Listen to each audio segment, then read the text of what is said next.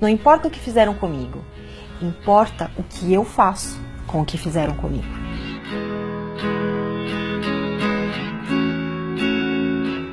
Aceitar, na minha visão e pela minha experiência, é muito mais inteligente do que superar. Quando você diz de aceitação, significa não questionar.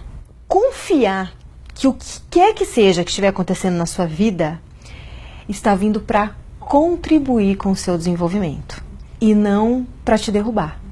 A gente sempre é moldado a olhar as coisas de uma forma negativa. E eu posso sempre lembrar que isso está vindo por algo melhor. Deixa o tempo me mostrar. Eu sou filha única e o meu pai, ele perdeu o emprego de uma hora para outra. Ele trabalhava muitos anos numa empresa, era ele que cuidava de mim e da minha mãe. Eu fui morar com tios em outra cidade, em outro lugar. Isso é uma ruptura forte para uma criança. Eu tinha 8 anos. E eu falei, ok, então eu vou. Aquilo foi feito por amor. Foi feito para garantir o melhor para mim. E eu estava recebendo e agradecendo aquele melhor e não lamentando o que havia ficado para trás. Depois, com 15 anos, foi quando eu vivenciei a morte muito de perto, que eu perdi um namorado num acidente de carro.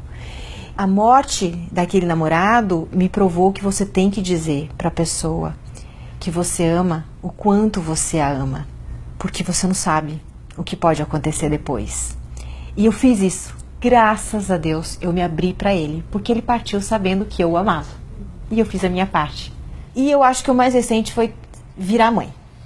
Virar mãe para mim foi muito mais árduo do que perder o braço.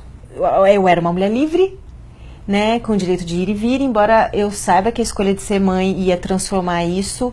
Essa aceitação foi uma aceitação que eu observei que foi muito difícil para eu conseguir lidar. Eu acho que aí tem uma trilogia, né?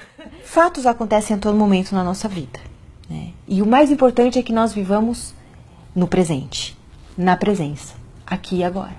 Estando na presença, eu estou muito mais apta a lidar com soluções, a ter criatividade, a ter uma capacidade de improviso para lidar com as coisas.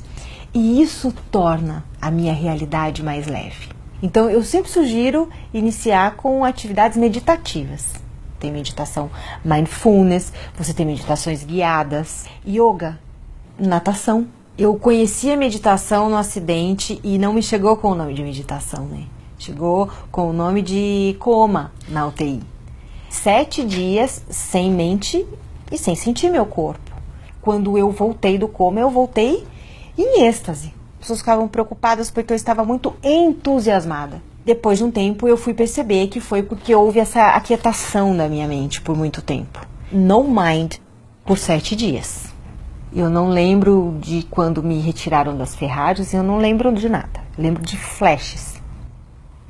Nesses flashes, eu sabia que tinha acontecido alguma coisa muito grave no braço. Então, quando eu acordei, eu já fui olhar para o braço direto, né? E eu vi que eu estava sem o braço. E aí, a primeira coisa que eu fiz foi beijar minha mão esquerda.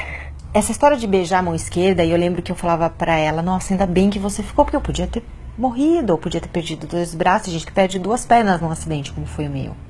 A minha mente começou a trabalhar com as questões positivas de ser deficiente. Se eu tô vendo algo que pra mim tá parecendo muito árduo, isso é uma sugestão da vida, mostrando que eu posso transformar a minha forma de ver.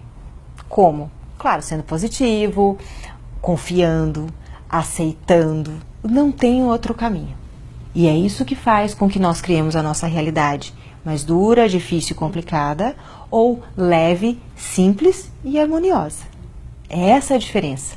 Quando você estiver numa situação caótica, você fala, meu Deus do céu, meu mundo caiu na minha cabeça. Faça o exercício de observar o personagem que você é dentro dessa situação. É muito importante, inclusive, eu sugiro que você tenha um papel e caneta. Quem são as pessoas envolvidas? O que está acontecendo?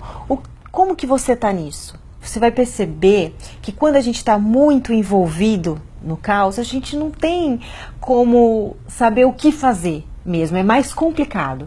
Mas se você faz o exercício de sair de cena e olhar a história toda como o observador, vendo o personagem que você é nisso, vai ficar muito mais simples, sem dúvida nenhuma, e com muito mais leveza.